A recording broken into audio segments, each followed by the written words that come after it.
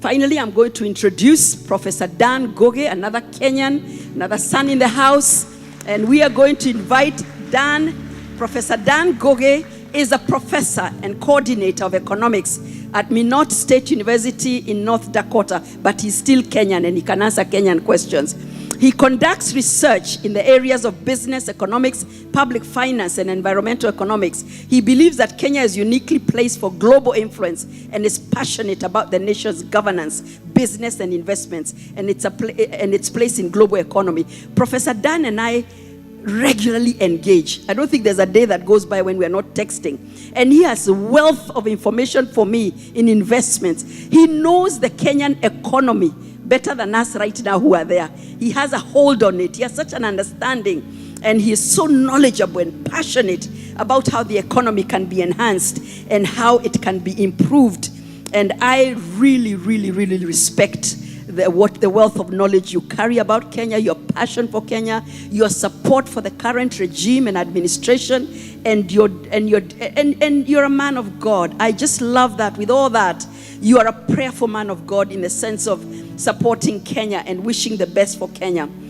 There is a quick question here that came in the morning about the diaspora, because sometimes what happens is there are people living in the U.S.A, the diaspora, who are Kenyans, and they have this question they keep posing to us, and I've received a lot of letters asking, we would like to partner with you. We would like to organize American investors here in the U.S. and bring them to you in Kenya. And this is it's an issue that's been going on, and the diaspora have been asking, why don't you allow us to put together investors for you, because we meet a lot of investors here in U.S. and then we facilitate them and then we bring them to you people and we have some kind of working arrangement. Now, I actually consulted my PS, our PS on this issue before I came, because the question came too many times. And the answer is simple. We don't actually have a problem working together. Can Invest doesn't have a problem fundamentally with working with diaspora.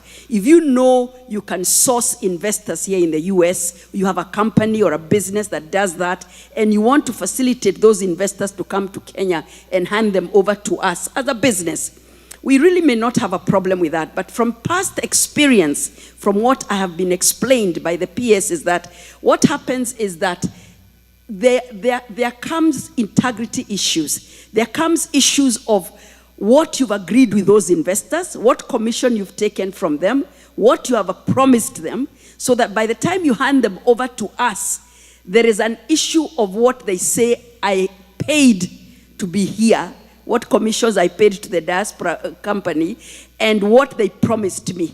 So because we have to protect our name and integrity as Can Invest, and even as the Ministry of Industry and Investments, would prefer to get involved from the very beginning. That's why we make these, we come over, we have forums, we come over, we're coming to New York in September, we come and talk to the investors and we tell them how it's done and when they're coming to Kenya. But I don't want to close the door to that, because we want to be open-minded, because we believe there are those of you who are genuine about a business you started here, where you can reach that, you know about Kenya, you're able to explain about Kenya, you can go to our website and tell them about these investments, and there's really nothing wrong with giving you that opportunity to do that business. But what we discussed and what I discussed with the Ministry of Investments, I said, maybe we need to hear them out. Maybe we need to hear and work out a formula and some kind of agreements where the ground rules are laid down completely. How are we going to operate? What are we promising the investor? What is it? We as a government cannot pay you for bringing us investors. That is even against the Constitution. So if you're being paid a commission, it is by the investor here. Now, because it's the name of the country at stake, we also want to make sure whatever you're paying to the investors is not exorbitant or to the point where they feel they've been oppressed. And remember, they can come to us free of charge. So they may wonder, why are they paying somebody here to get information or be facilitated when they could have it done free of charge by the company back home in Kenya? So that's a simple answer to that, and I don't want to close the door to it. I think there's dialogue that's going to continue with those who are really serious, and you've opened businesses for that issue. So now allow me to invite Professor Dan Ngugi. He's going to answer these questions that came in a couple of days ago. And one of the questions is, how can How can the diaspora participate in business, investment, and economic growth and development be enhanced? The diaspora wants to contribute. You want to participate in the economic growth of the nation and in the investment space. How can this be facilitated and enhanced and helped? So Professor Ngugi has researched on that and he's going to answer you. He's also going to answer the following other question. What are the challenges of doing business in Kenya? And what can be done to overcome those challenges? Now, these are questions that came from you, that there are challenges to be faced, but how can they be overcome? And while he's there, he's also going to conclude by telling us his opinion, because he's an economist, so he has a wealth of information to give us. What should be done differently? What should be done differently to improve the Kenyan economy at the moment? That question can only be answered by an economist. So he's going to answer that very quickly, and then we'll go back to Senator Veronica for her next question. Thank you.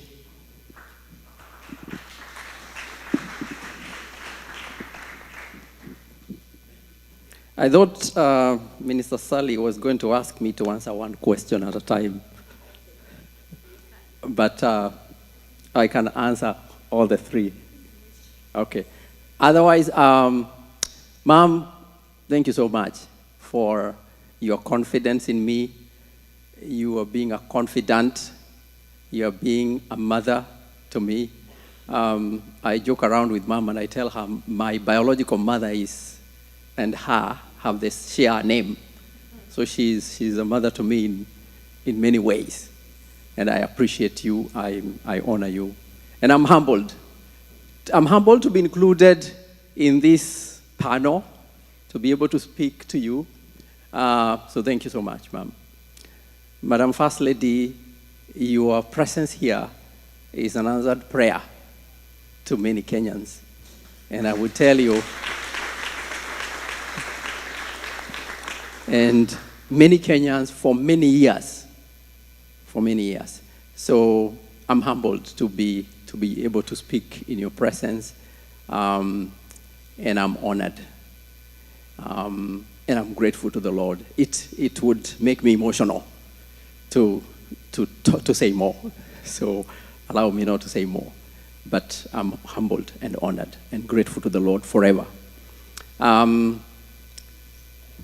Our CJ, in my mind, she's still the CJ. But now she's graduated. She's still the SG, but in my mind, but now she's graduated to be the senator. Senator Veronica Maina, you are a treasure, and may God bless you forever. Honorable Mudama, I've heard of you and then met you in this conference, and I'm humbled to share a platform with you. You're a great man. Minister Sally, what can I say? Your friendship over the years has meant so much for me. And again, I don't want to be emotional. And I appreciate all the speakers who have spoken here, the men and women of God. I am honored to share a platform with you. I have been blessed by your ministry over this conference and over the years. And I really honor all of you. So thank you so much. And of course, everybody else in the conference, when we were putting this together, you put together a banquet and you hope that people will show up and you pray that they will show up. But you know it's up to them to show up. If they don't show up, then you have wasted your time. So thank you for honoring Mom and honoring us by showing up. So thank you so much. So I will proceed to answer some of the questions I've been asked. And I will have to reorganize my thing here to be able to work with it. So excuse me. So one question I was asked is, how can the participation of the diaspora in business and investment and economic growth and development in Kenya be enhanced? Now, that's a loaded question. And it's loaded because Kenya, the diaspora contributes about $4 billion US per year to investment in Kenya. The remittances, that's how much Forex goes to Kenya from the diaspora. $4 billion. Now, the total exports of Kenya are about $6 billion. Total exports. So Kenya gets $6 billion of forex from the exports and $4 billion from remittances in the diaspora. Now, foreign direct investment and foreign portfolio investment is about $2 billion. Okay? Now, so in total, it's about $12 billion. So the diaspora contribute about 1/3 of Kenya's forex.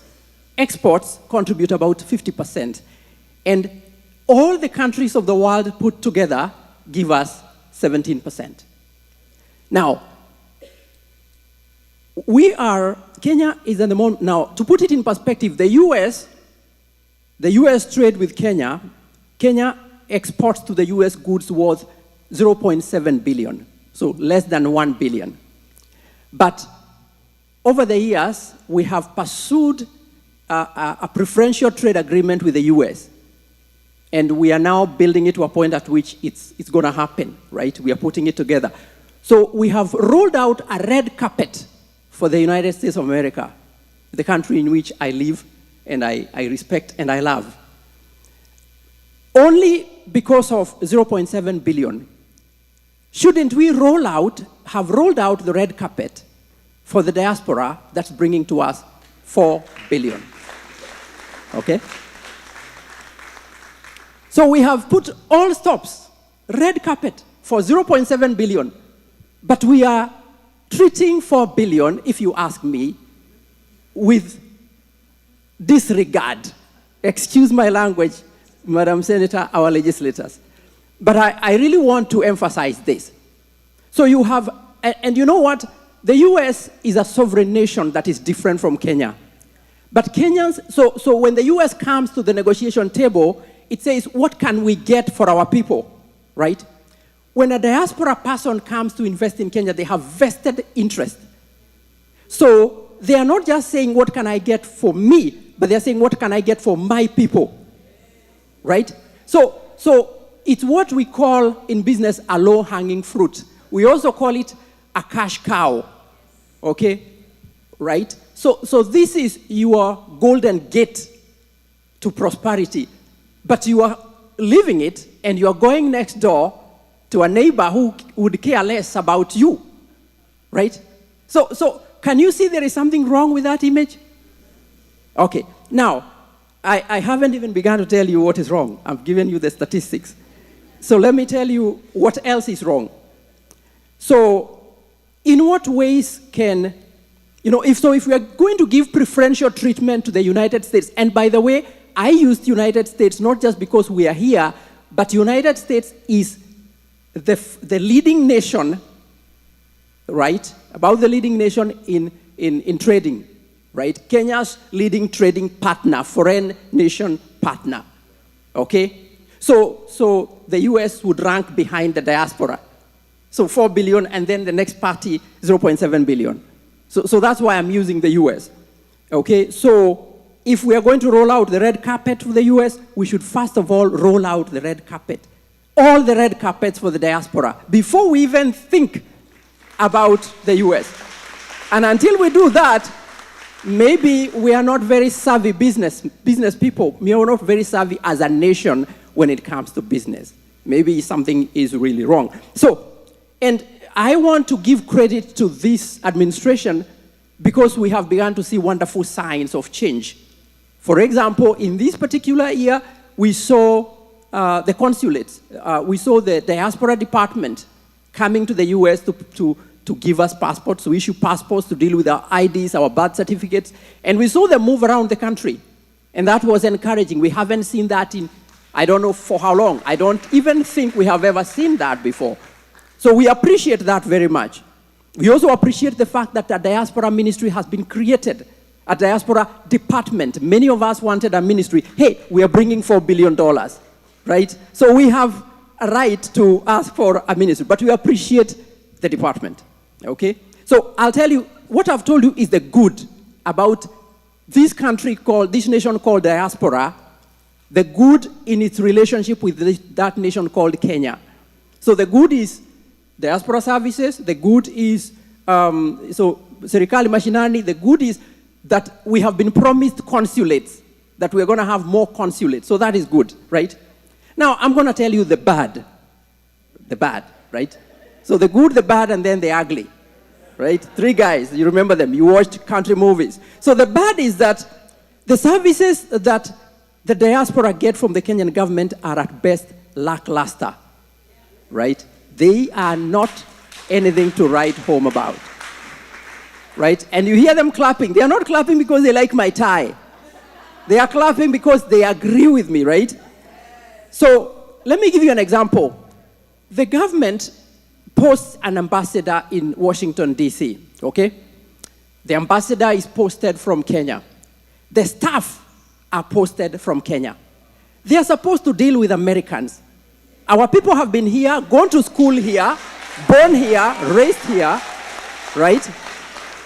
And then you bring a girl from Kacheliba or Muranga and you tell her, now go and handle Americans.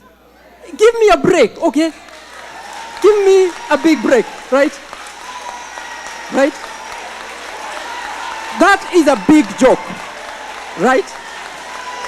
That's a big joke. Thank you. That is a big joke. That is the joke of the century. That is a sign of someone who either is completely, excuse my language, clueless, or someone who is, the other day they talked about ignorant. Oh, okay, my good friend Apostle, you talked about ignorant. I'll just use clueless to be polite. Or they are indifferent, or they are, excuse my language again, narcissistic. Because, and I'm being deliberate to be strong, and while being polite, Madam First Lady and my honorable members of parliament.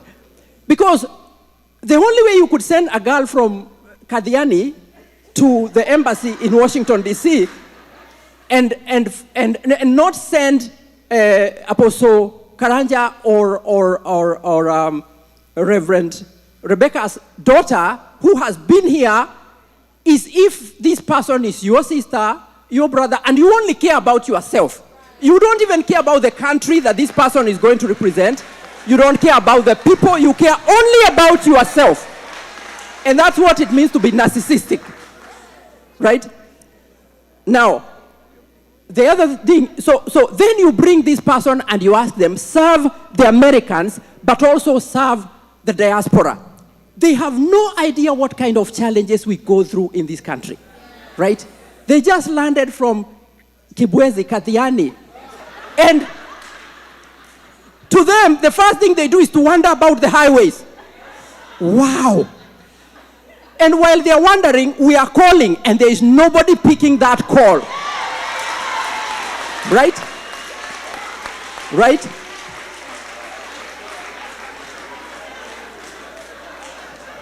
Why are they not picking that call? Because they have gone to enjoy McDonald's and hamburgers and oh, the pizzas. Wow. This is the whole land of pizza. So they have gone to enjoy that. They have no time. They are not in the office. Right? Then we write an email and there is no response. You write again, there is no response. Right? Now, Minister Sally, we ask ourselves, are these the same people who are coming to host a business forum asking us to invest in Kenya? You know, so the question is, somebody treats you like trash and then invites you to partner with them. What did you say? And I am being blunt because I'm trying to make a point. I love my country and I love you all to pieces, right? But I'm trying to make a point. So I'm going to be emphatic to make a point. So when I call this girl and I tell her one of my friends has been arrested because they were driving and they didn't have a driving license. She said, driving without, why were they driving without a driver's license? They have no idea. But if you ask me, I have driven probably without a license. No, don't. I didn't say that, right? Nobody had that. Remember I said probably, right? They tell you, okay, so allow me to say, I'm out of status. Do they know what that means? Out of what? They don't know what that means. So they can't help you. Somebody who doesn't know your pain cannot help you. So bring us staff. At least even if you don't bring us ambassadors from here, bring us staff who understand us, who know our pain. Right? Right? They know our pain. And then we send our American friends who want to go to Kenya to get a visa. And then they call the embassy. And the lady's not there, the guy's not there, right? And they are so discouraged, so they postpone. They go to Uganda. They go to Ethiopia. Remember that Kenya is not the only country they can go to. So we have to position ourselves in such a way that people want to do business with us. But they don't want to do business with people who are lackluster, who don't really care, right? Who don't reply to calls, who don't write an email. Let me give you an example. I am a professor of economics at Minot State. Now, and before that, I worked for the Department of Human Services in the state of North Dakota. In my university, we have a 2-day rule for responding to emails. So if a student writes me an email, I have 48 hours to respond. Right, to respond. And if I don't respond within 48 hours, and I've actually put it on my syllabus, so it's a charter. If I don't respond within 48 hours, I tell my students, then maybe it went to spam. You need to write me again. And if you see me in class, talk to me. Right? Why should I wait for a week, for 2, for 3? And if this is the way you are treating me, how will you treat the investors that I bring to you? Why should I bring investors to you? Right? So, okay, so let me go on before. So that is the bad. That is the bad. Okay? I haven't even talked about the ugly.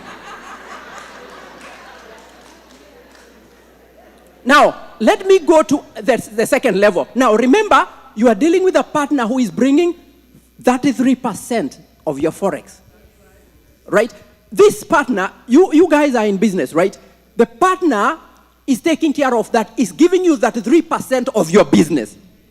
And then you tell them, if you come to Kenya, if you come to my country, right? If you have a home, a permanent, let me go to the bad first before I go to the ugly. The bad is that, did you know that if you travel to Kenya and stay there for 122 days per year for 3 years straight, every year 122, you will be regarded for tax purposes as a Kenyan, and you will be taxed in Kenya. All your income is subject to tax in Kenya. Now, you've been taxed here, but they're also going to tax you there. And you should file taxes and pay taxes, because you've lived there for 122 days per year for 3 years in a row. Right? Did you know that? That is the bad. And you want, this is the party that is giving you 3% of the budget of your business. So that is the bad. Generally, most countries will say, if you stay there for 6 months, 183 days, then you should be paid tax as a local. I propose that should be the rule for Kenya. Period. I propose 183 days. That means you've stayed there for more than 6 months. So you really are saying you belong here. So if someone asks you to pay tax, you shouldn't worry, because you have been utilizing the services of the country half of the year. So it makes sense, and that is what most countries do. Why does Kenya want to deal with her best partner that way? Right? If this were a girl, she would say, excuse me. She would walk. Right? So think about it. So that's the bad. Now I'll go to the ugly. The ugly. This is the ugly. And it's really nasty. You won't even believe it. If you have a permanent home in Kenya, and you stay in Kenya for 1 day, you are subject to taxation for the whole year. All your income earned all over the world is subject to taxation. I read that and I said, what? Now, how do you define a home? Suppose you build a house and you called it, so it's yours, right? And maybe your sister lives there, but when you go to Kenya, you live there. you are supposed to pay. If you step in the Kenyan soil, Apostle Karanja, one day, tax.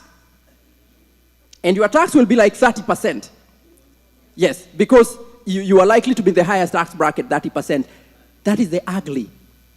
We are rolling the red carpet for America for 0.7 billion, but this is the way we treat the $4 billion customer. Does it make sense? No. Okay, so let's make it make sense. Let's remove all this stuff. Let us remain with the 183 days, and that's all. Okay? 183 days make sense. All the other things about taxation don't make sense. Okay? So what do I propose in this regard? I propose that there should be a special tax category for Kenyans in the diaspora. Okay? I propose, because there are two tax categories. There is a resident, non-resident. But there is a third category, because Kenyans in the diaspora are not resident in Kenya. But neither should you treat them like any other Tom, Dick, and Harry, because they are not. Because they are your preferential partner. They have the vested interest of Kenya. So I propose a special category called diaspora. So resident, non-resident, diaspora.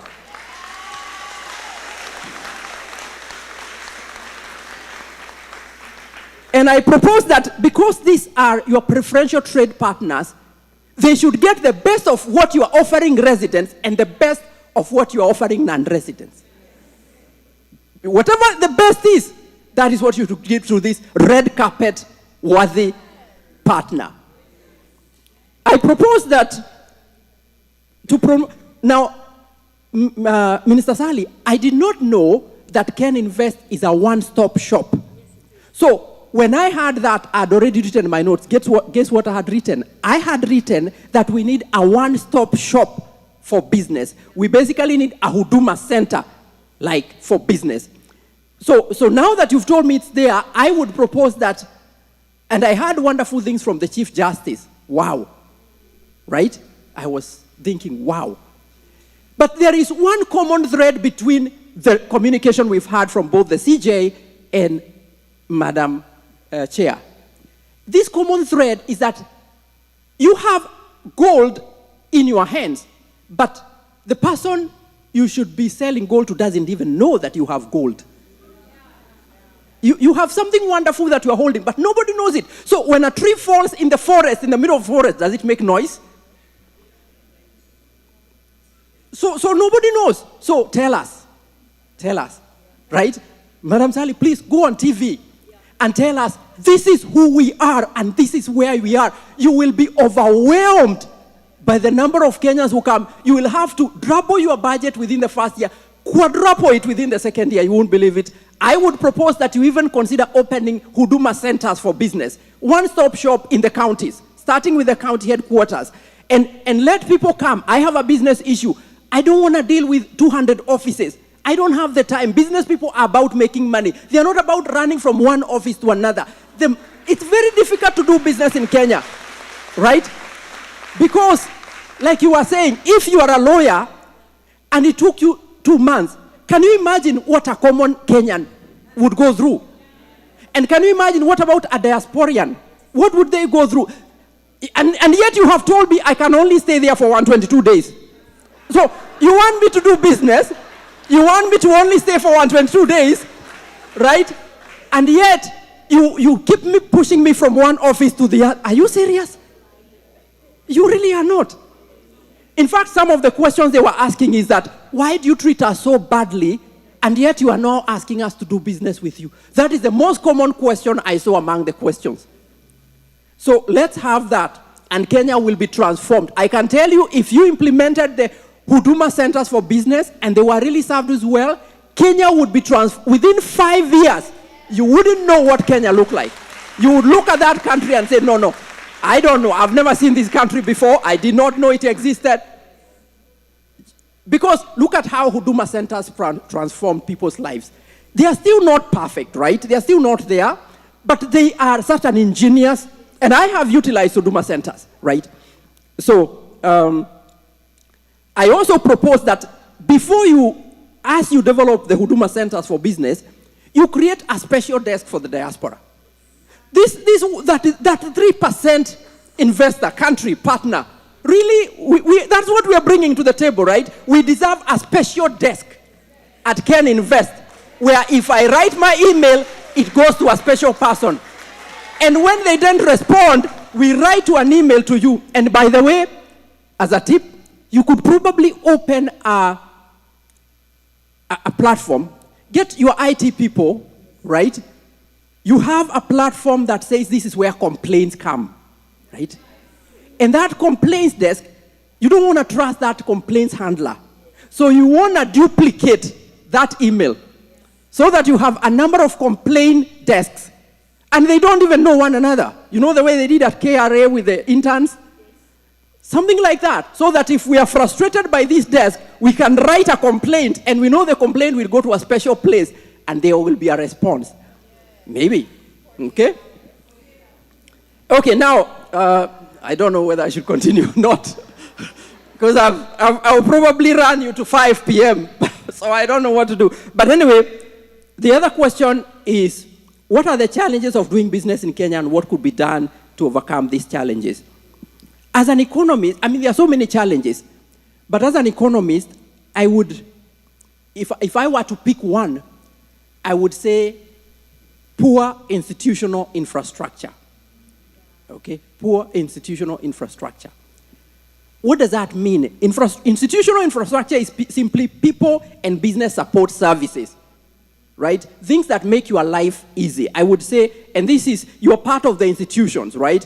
The judiciary is part of the institution. The police are part of the institution. The courts, the public health care system is part of the institutions. Now, did you know that institutional infrastructure accounts for 40% of the highest income country growth in GDP? Now, let me break that down to you.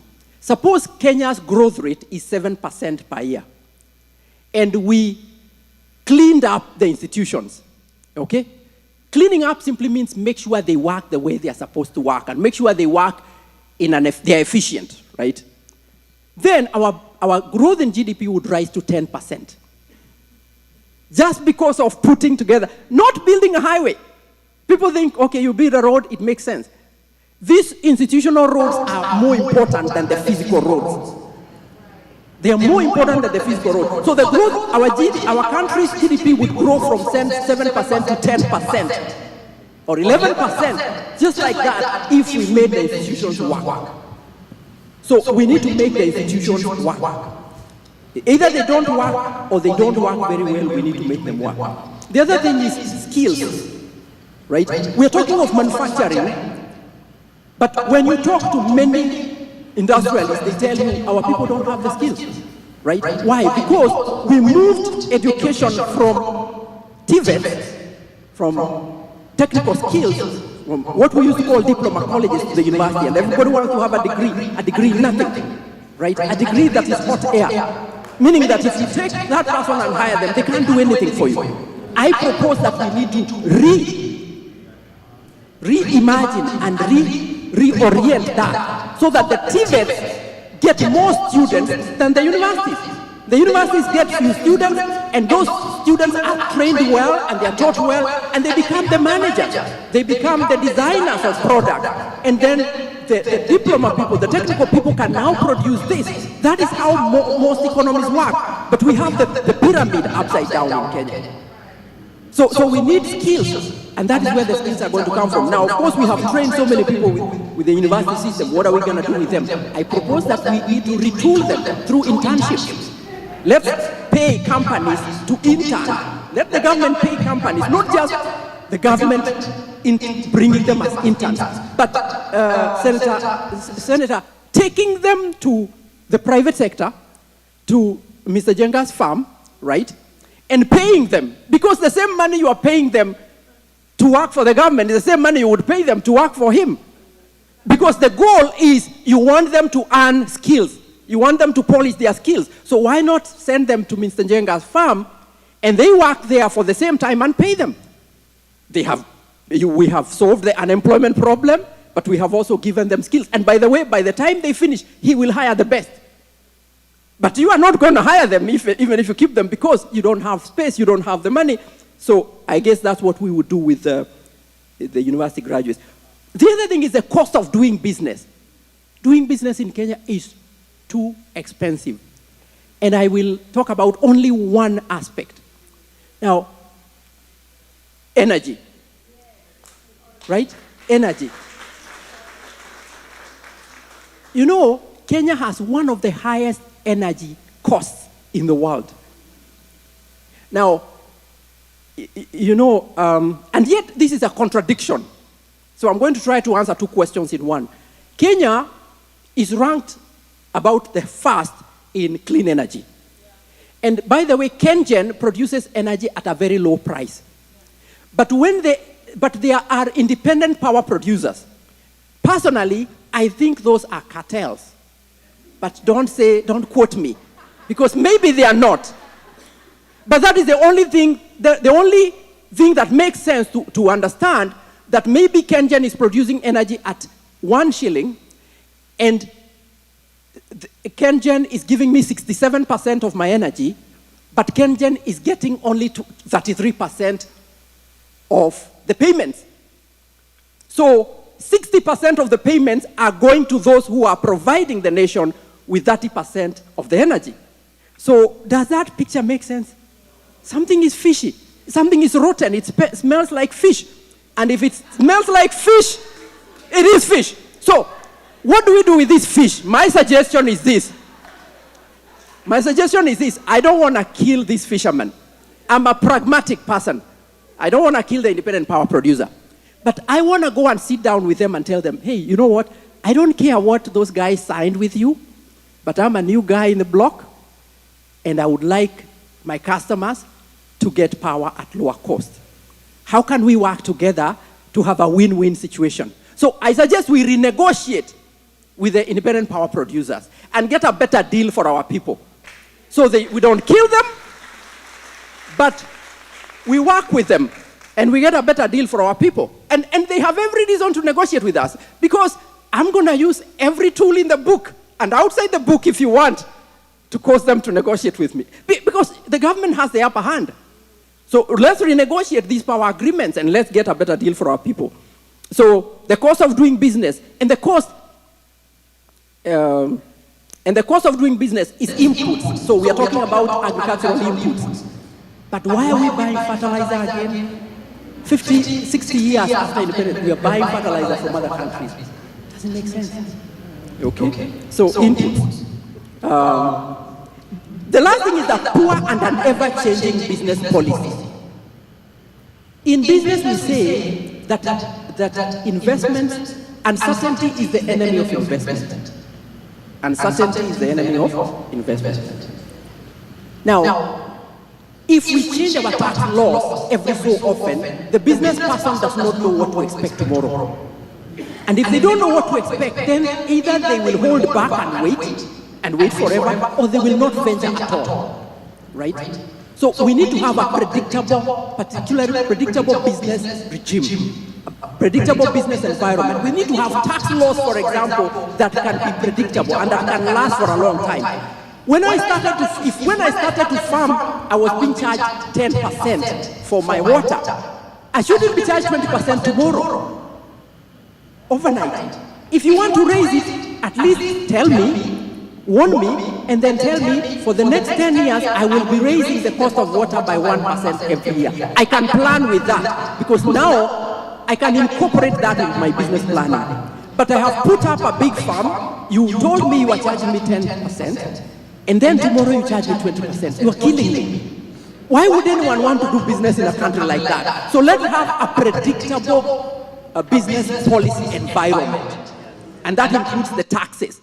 So today we are charging one, tomorrow we are charging another, the next day we are... What is going on? We can't do that and expect to do business. Okay? What, in your opinion, should be done differently? I'm looking at her because I'm feeling guilty. So when I see a smile on her face, then I know I'm still probably a little safe, right?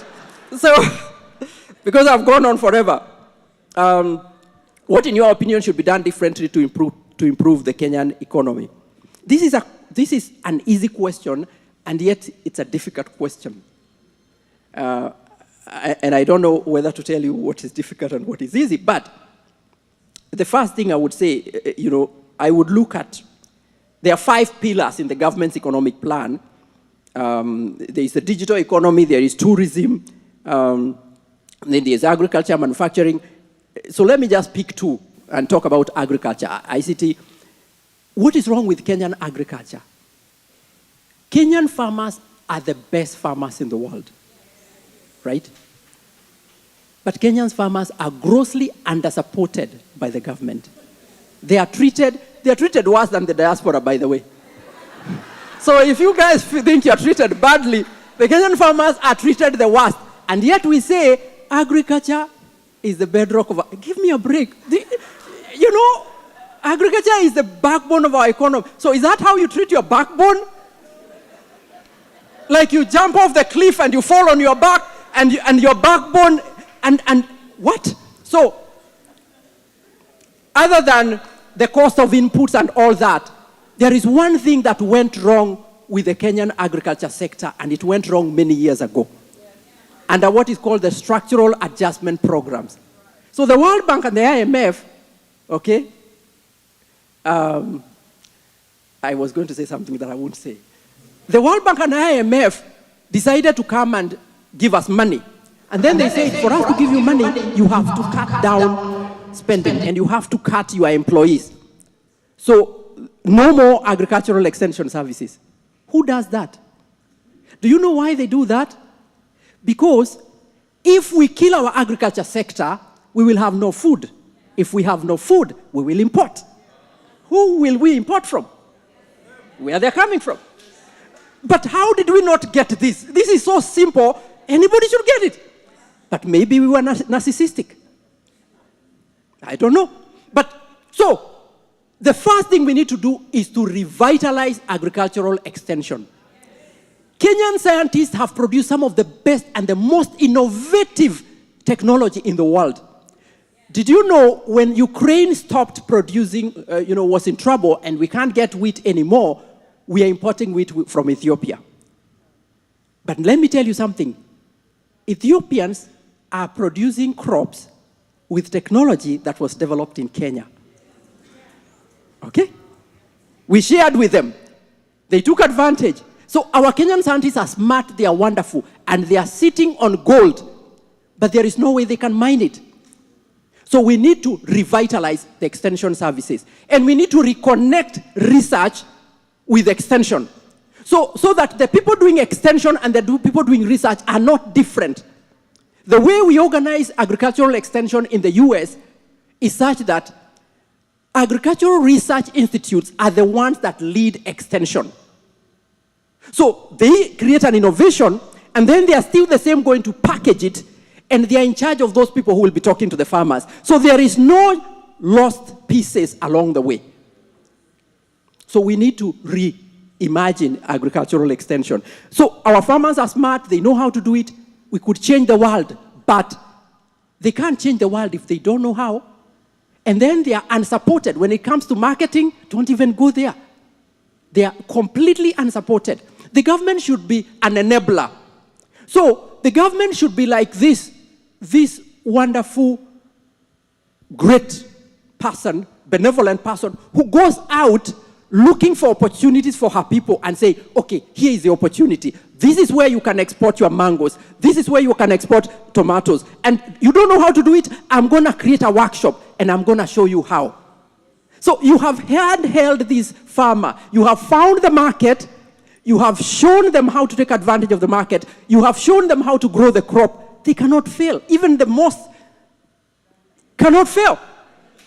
But the government will say, oh, there is a market. Right now, you told us there is a market for mangoes. But the average farmer in the village, what is he going to do with that market that is there somewhere? We have to go beyond saying there is a market to saying this is how you can access it.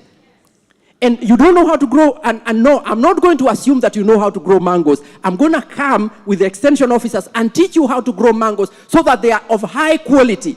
Because these guys are saying, if you could produce mangoes, right? If you could produce mangoes of this quality, you could buy them all. Now, we can't sit and say, why are our farmers not producing mangoes of high quality? Do they even know what that means? They know how to produce mangoes, and they are delicious, and they are big. So what's up with quality? But quality means something different to that importer. They want a certain size, they want a certain context, they want a certain texture, they want certain levels of juiciness. How will the farmer know that? So we find the market, right? We go to the farmer and say, we want you to produce this for us, and we guarantee you a market, and then we teach the farmer how. And then we find a way of getting the farmer to export. We don't have to do all this for free. Farmers are willing to pay, but to pay for what? So we need to find the market, reconnect the farmers with the market, and do this. Okay, so, and now you talked about George Washington Carver. Is it you who talked about Carver? George Washington, it is Your Excellency. Now, you see, George Washington Carver did what is called value addition. And I'm glad that that is the president's, buzzword, value addition. So our crops rot in the farm, nothing happens to them. And then we say, why don't these guys do value addition? They have no idea what that means. They know cabbage, ikikua, you harvest it, you eat it, you take it to the market. Now you're saying value addition. What was that again? So we need to tell them this is what value addition is, and I'm going to help you do it. Show me how to catch the fish. Don't tell me fish is good, you can catch it and eat it. Why are you not eating fish? Right? And by the way, there is fish in your river. Why are you not catching it? I don't know how to catch fish, so teach me how to catch fish. Now, and by the way, just while I'm on agriculture, did you know that America has one of the most subsidized agricultural economies in the world? That American farmers are supported very, very strongly. It's not just extension. They even have guaranteed payments. They even pay them to not produce. There is something we call the Wetland Reserve Program and Wetland Conservation Program. We pay farmers not to produce, right? So when IMF told us we have to stop subsidies on farmers, guess why? And it's not just the U.S., so I'm not talking about the U.S., don't quote me. I'm talking about Western countries in general. Now, what about manufacturing? Manufacturing is where we should be, but it's not easy to do business in Kenya. It's very difficult. And the first thing we need to eliminate is bureaucracies. And I'm glad that Ken Invest solves that problem. So I should probably not just dwell on that, I should go on. But there is a cost of doing business, and I talked about energy costs.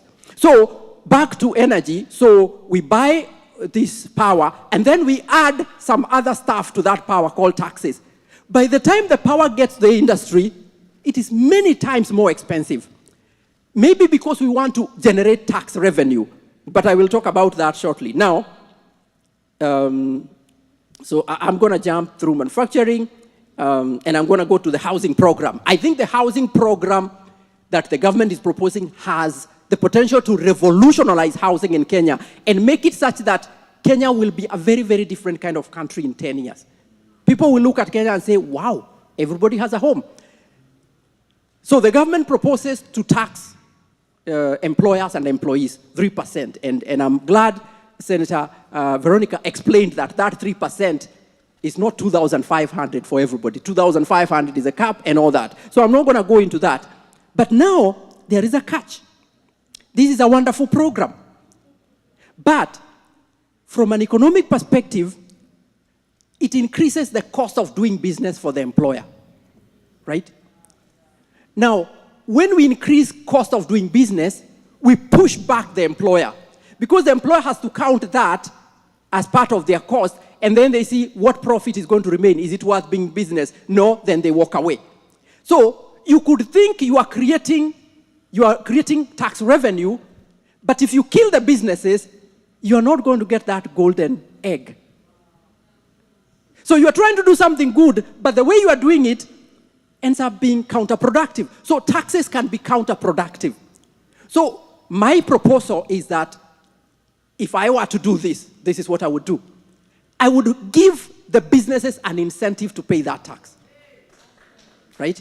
Because people respond to incentives. The first incentive I would give them is to deal with these energy costs. Because energy cuts across every sector. If we clean up, if we lower the cost of energy, then we can go to them and say, okay, I'm going to reduce for you energy, but can you help me house these people? Now that we are talking business. So I'm giving you something and you're giving me something, we are even, everybody goes home happy. The cost of inputs and so forth. So we have to give the business community something so that we can get the 3%. Otherwise, we are killing the cow and expecting milk. There will be no milk. Okay, because there will be no cow to milk. And now, talking of housing and the diaspora. Did you hear you cannot own a house in Kenya? Because if you own a home in Kenya, they're going to tax you. Now, I'm trying to make a joke, but can you see how this is counterintuitive and counterproductive? So, you want the diaspora to own, and I'm going to use the lady and the gentleman here because they represent the government, right? So we have the government here. Now, I know that they are limited in what they can do, so I know, but allow me to use you, right? So, the housing market. The diaspora has one of the greatest potential to develop housing in Kenya. The diaspora can actually do it like that, in a snap. But for us to do it, you have to be nice to us. You can't tell me if you step in that soil for one day, you pay taxes, 130% of your income goes with me. And then you tell me, but I want you to help me to build house. How am I going to help you if I can't even come? How am I going to help you? Really? So you can see hopefully why we are saying 183 days. That's the only rule that makes sense. Any other rule does not make sense. Okay? Now, you are saying 122 days in a year. If say for example, I take a project to build houses for that program in Kehancha. Okay? Right there, close to Isebania. I am going to come back and forth into Kenya for more than 122 days. But you want to tax me. I can't even begin to tell this story. It's such a contradiction, right? Now, the other thing is taxation, okay? So how do we solve this? We need to make tax policies that are easy to handle. I was going to talk about the Laffer curve, but I'll tell you a story. I'll tell you a story of the Great Depression, 1929 to 1934-39 in the U.S. That Great Depression was caused by a crash in the stock market. That Great Depression was worse than the pandemic. But there is another thing that caused that Great Depression. Taxation. Did you know that?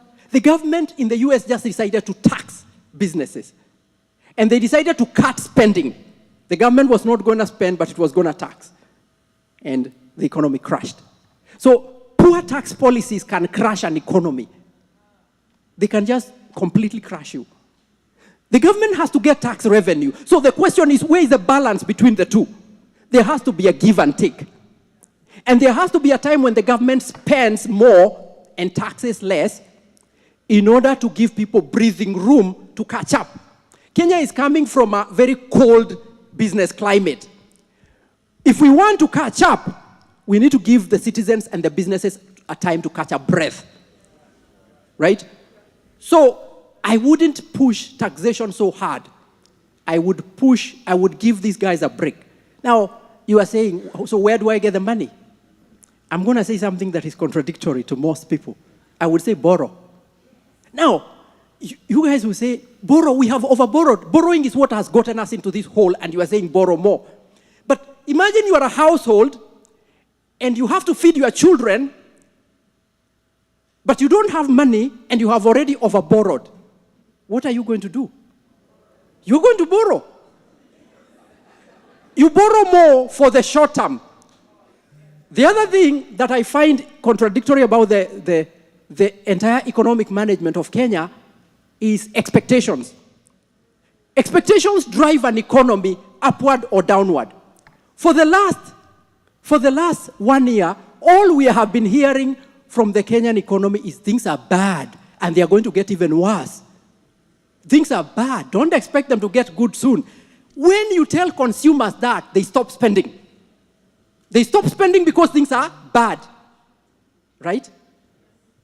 And when you tell businesses that, they stop producing. Because these are bad, who is going to buy? We need to be preachers of good things for our country. There is no government official that should stand on a platform and say how bad things are. You, Madam Sally, and your council, you should know things are bad. But don't tell the children things are bad. Tell them things are wonderful. You are going to have lunch. You are going to have a meal. And they are going to be happy. And if they are happy, they are going to make you happy. If they are happy, they are going to consume, they are going to produce. And before you know it, all the taxes that you want, you're going to have them in your pocket. No government official has any business saying things are bad. It doesn't matter how bad they are. Don't you? That word should never, is anathema for government officials. You just know they are bad, talk among yourselves, strategize on how to make them good, but when you come out front, be like a family that you come out with your children. When you fight in the bedroom. When you come out, you're all smiling, hey, you kiss your wife. They know things are good, but you're fighting, right? Isn't that what we do? Why? Because you want to sustain them. You want to give them hope.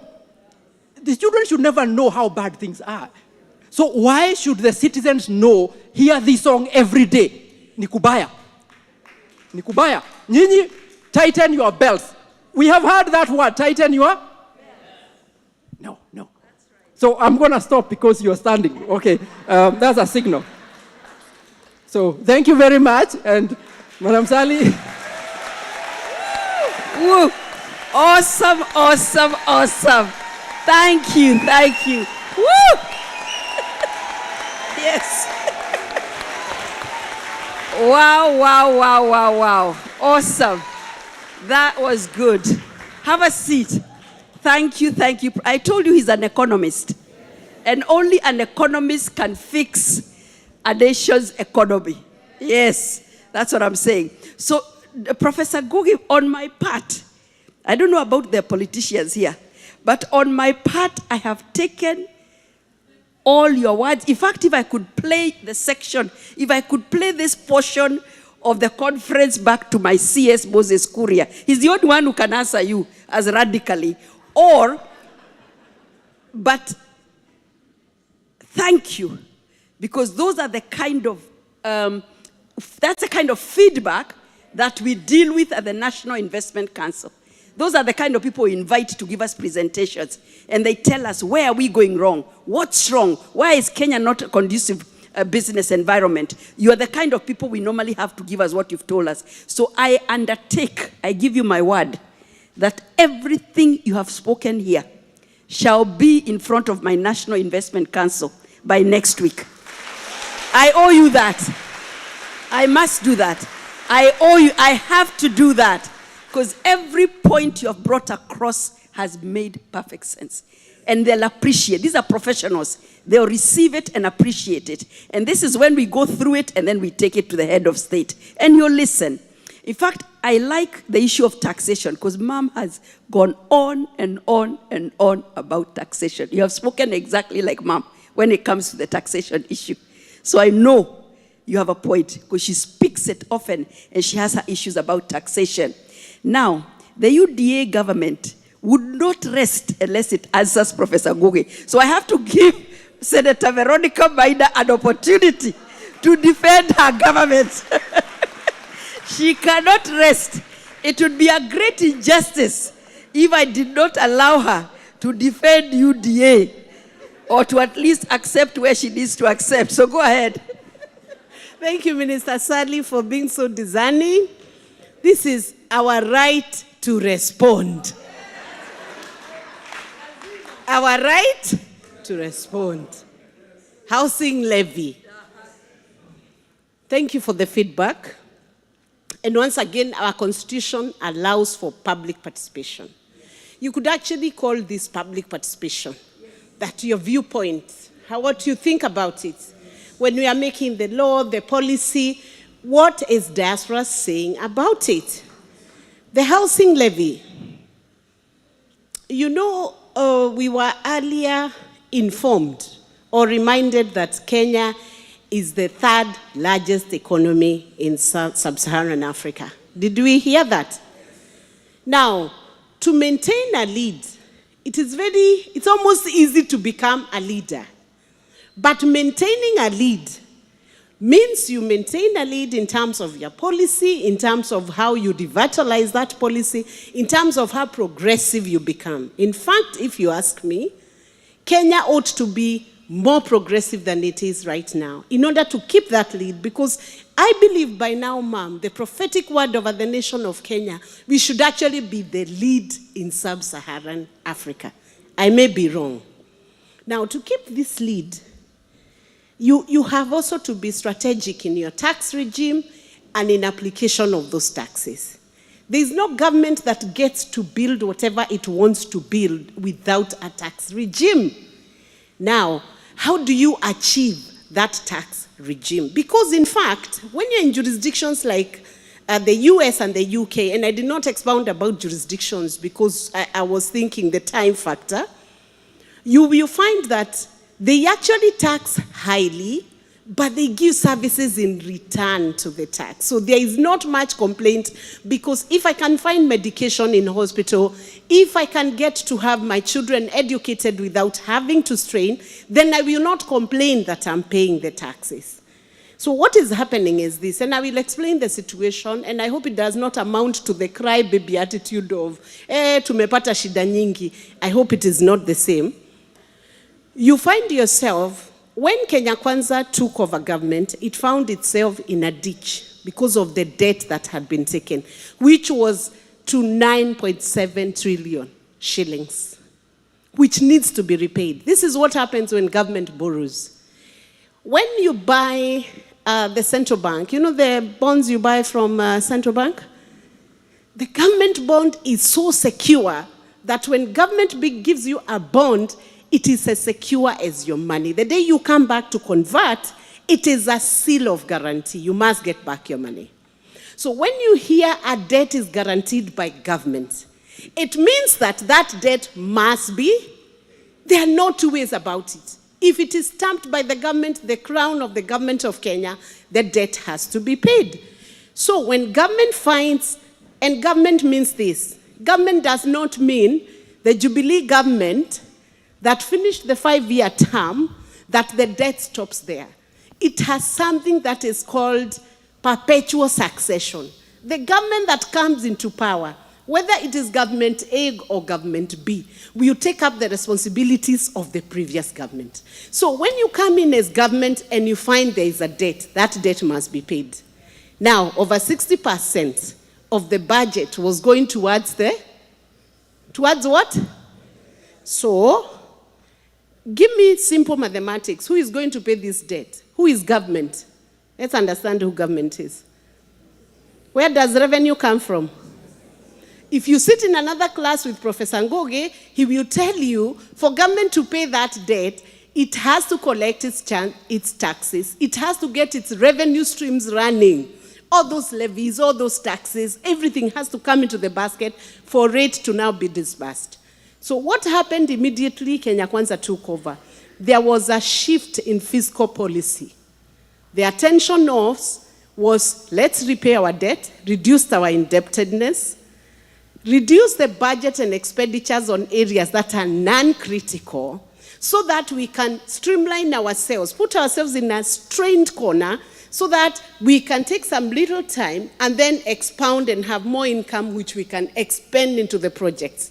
So you will find that new projects were not maybe taken up because of existing projects. It is a fiscal policy that now directs the money or disburses it to what is most critical, how do we pay it? So how do you do that? First, you increase the tax base. Tax base is increased by ensuring that maybe revenue that was not being collected before from taxes is capable of being picked now. Is there anybody who is going to build your country for you? Don't be cheated.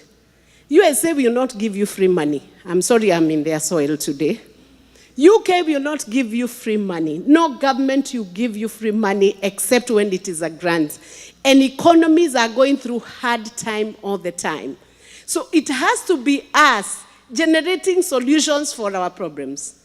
That's why you have heard the president many times saying, if you find yourself in a ditch, don't do what?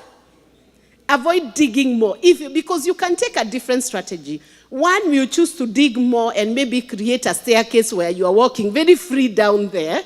That is when you are taking more depths. You know, you can dig deeper, but you make a staircase which helps you to walk up, and then you stop at some layer, but you are still within the ditch.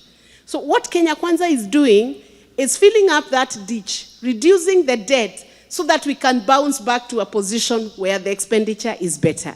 So when you hear taxation on this, taxation on that, and we have taken the critique of reducing wastage within government.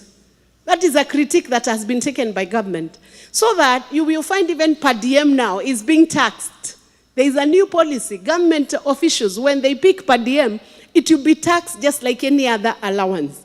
So for me, I would say, yes, things have been tight, Professor Dongo. Yes, they are being worked on. The important thing is to know the leader who is dealing with this is a visionary leader who knows we are moving from point A to point B. So don't even lose your confidence. We are still working on it. That is one. So the housing levy, let me finish about the housing levy. So when this housing levy is paid, the potential will be like 9 billion shillings will be collected every month.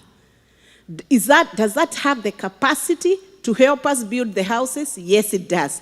And what is the effect of investing that money in the housing industry? If you put in $1 into construction, it has the ability to generate another $3 in terms of jobs and all the other support services that will be put into the construction industry. So in effect, it will be jump-starting an economy within that area. Because in that area, when you start building projects, did you know there is even a mama who makes githeri there for the builders? There is somebody else who is making the doors. There is somebody else who is doing another service. So it will generate economy within that sector. So it's like jump-starting a certain sector within every county that you begin to have the housing levy. And then the housing levy or the housing fund is going to fund 2 levels of houses. Social housing, that is for the person who needs a house from government. And then we have number 2, affordable housing. Affordable housing is for the person who can say, maybe like our Sharon Mudama here, who can say, I can afford the house for 2 million or I can afford the house for 3 million.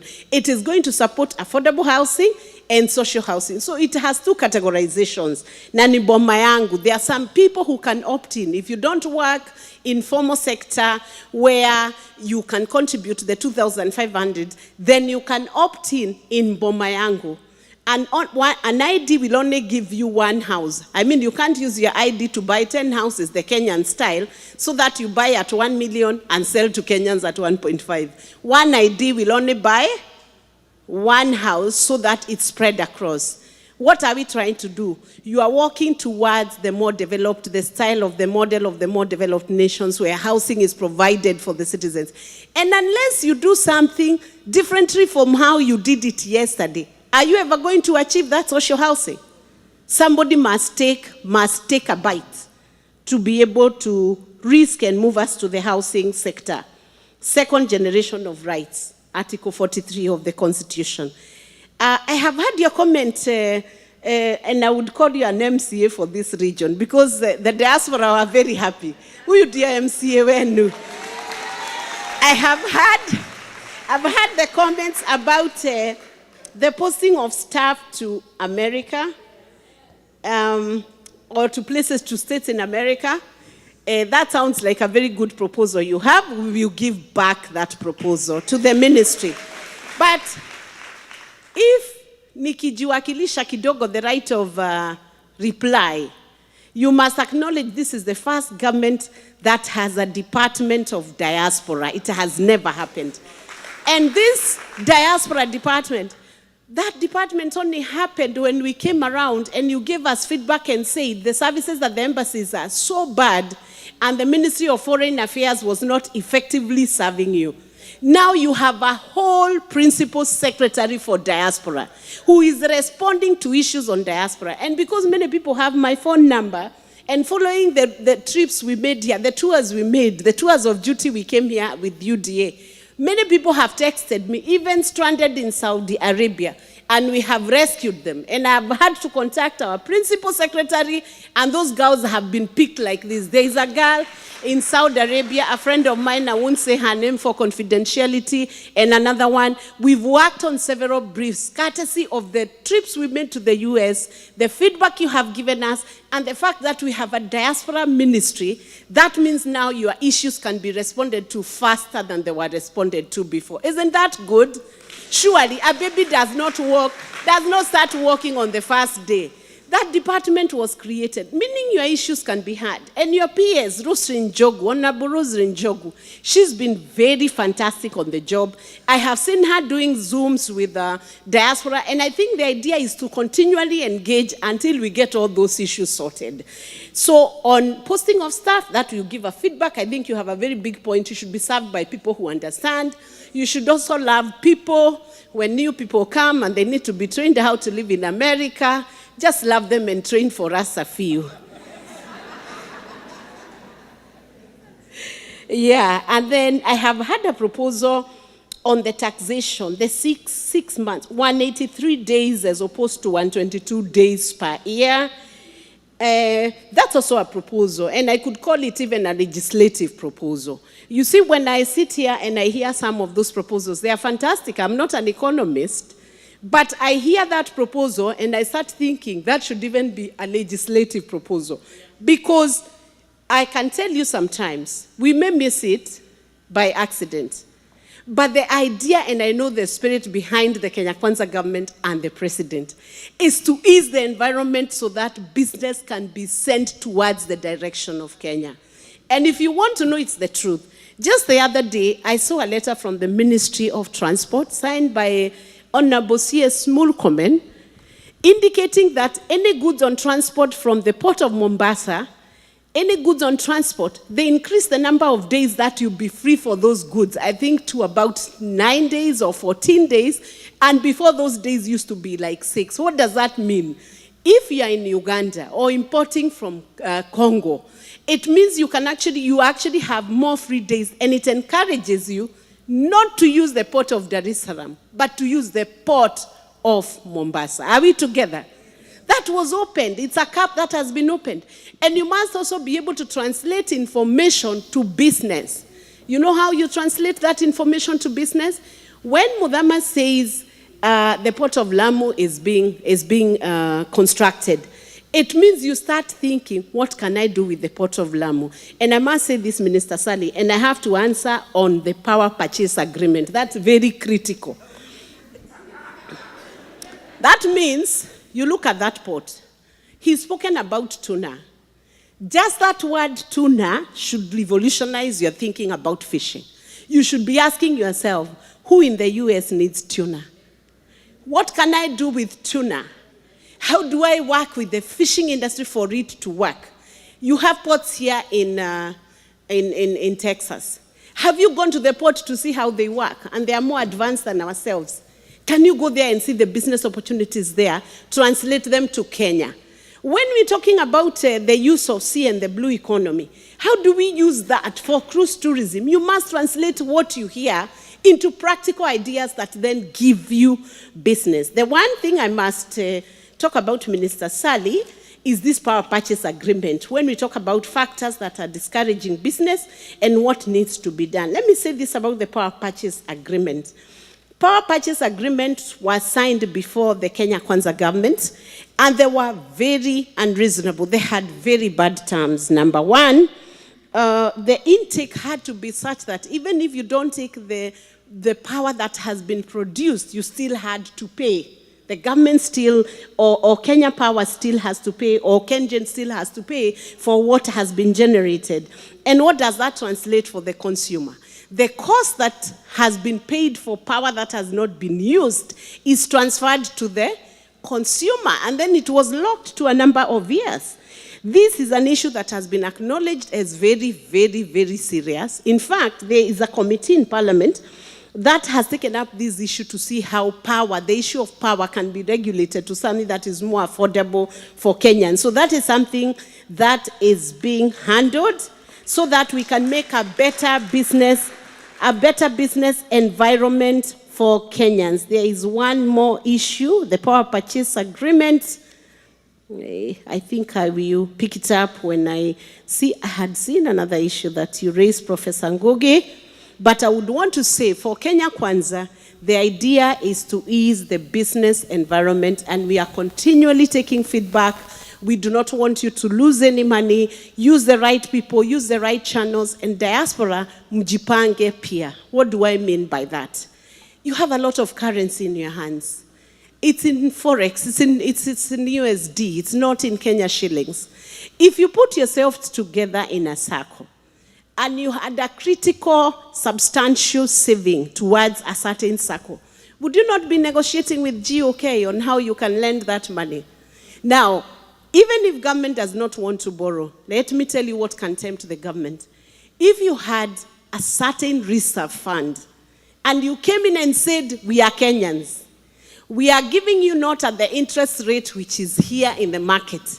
We are reducing it to this. You are on the table negotiating, and that money is in your pocket. What you need is strategy. Sit down, come up with strategies that are attractive for business. The same investment you are sending to Kenya, send them in a way that they are locked and secure, and you are able to reverse your investment back to yourselves. So pia mjipange tafadhali. Because if you keep your $100 in the pocket or $1,000 in the pocket, I don't think it's as attractive as when we come, 1,000 of us or 2,000 of us with $1,000 each. We will be lending to GOK in Kenya and getting our returns to investment. Thank you. Good. Amen, amen. Thank you, Senator Veronica. That is called a right of reply. She has to reply.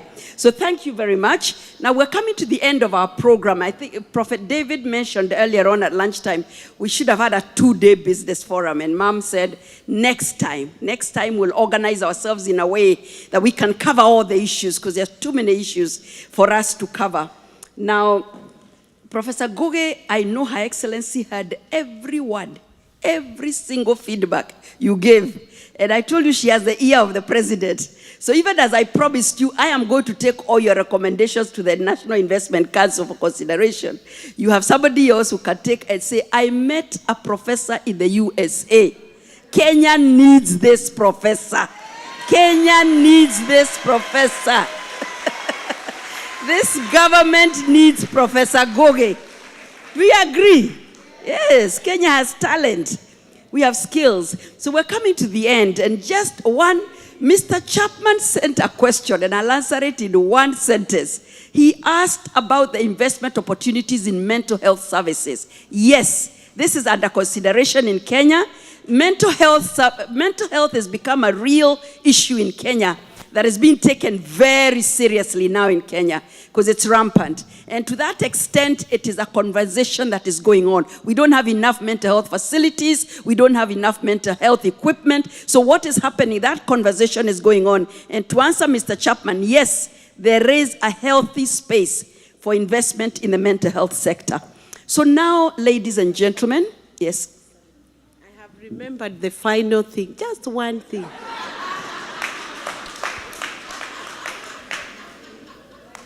Kirdi. We have an institution called Kirdi in Kenya. If you have a very good idea, you want to pack honey, or you want to do something with peanuts, you have the final idea of you want to sell to the supermarkets here in the US, you don't know how to go about it. Approach an institution in Kenya called Kirdi. It's a government institution. It will help you pack the honey.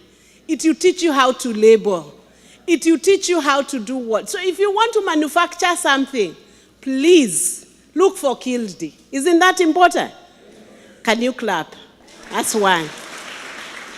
TVETs. The government, the national government is working together with the county governments to revive all the TVETs within the counties. Now, what will be the use of these TVETs? We talked about the hubs, the internet hubs that are being taken to the village. Most of those computers will most likely be stored within those hubs. The young people are going to be trained on ICT so they can tap into the internet, the commercial internet markets. They are going to be trained, and we are going to generate people who can work from home, but they are working on ICT. So TVETs, you talked about TVETs, Professor. Yes, they are being worked on, and utilization and their potential is being raised to a point where it can benefit the Kenyans. I think those are the two things I wanted to say. Thank you very much, Senator Veronica.